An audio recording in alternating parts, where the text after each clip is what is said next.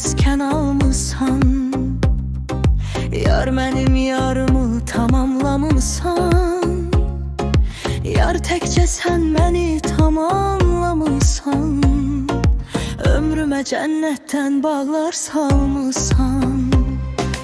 Hər nəfəsdə adın, hər addımda sən. Mənim bu dünyada tək sevincimsən. Ritmim sürətlənir sənə baxanda. Sanki bir möcüzə var bu məqamda. Sən mənim dünyam, sən mənim hər şeyim. Sənsən qəlbimin tək hökümdarı. Səndən başqa yoxdur heç kimsəm. Sənsən ömrümün nazlı baharı.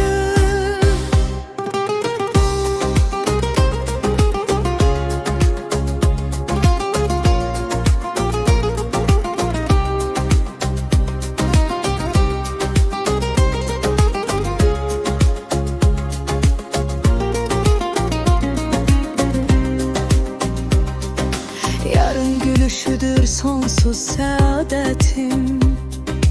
Tükənməz qüdrətim, varım dövlətim.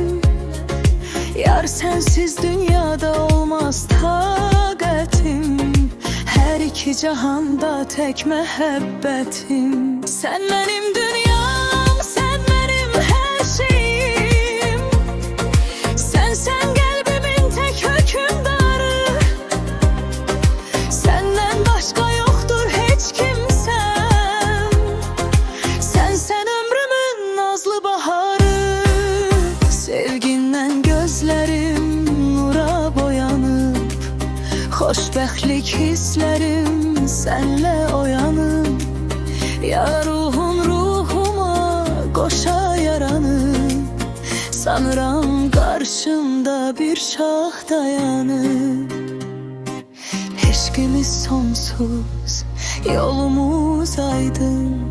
Yaxşı ki varsan, yaxşı ki qaldın. Sən mənim dünyam, sən mənim hər şeyim. Sənsən qəlbimin tək hökümdarı. Səndən başqa yoxdur heç kimsəm. Sənsən ömrümün nazlı baharı.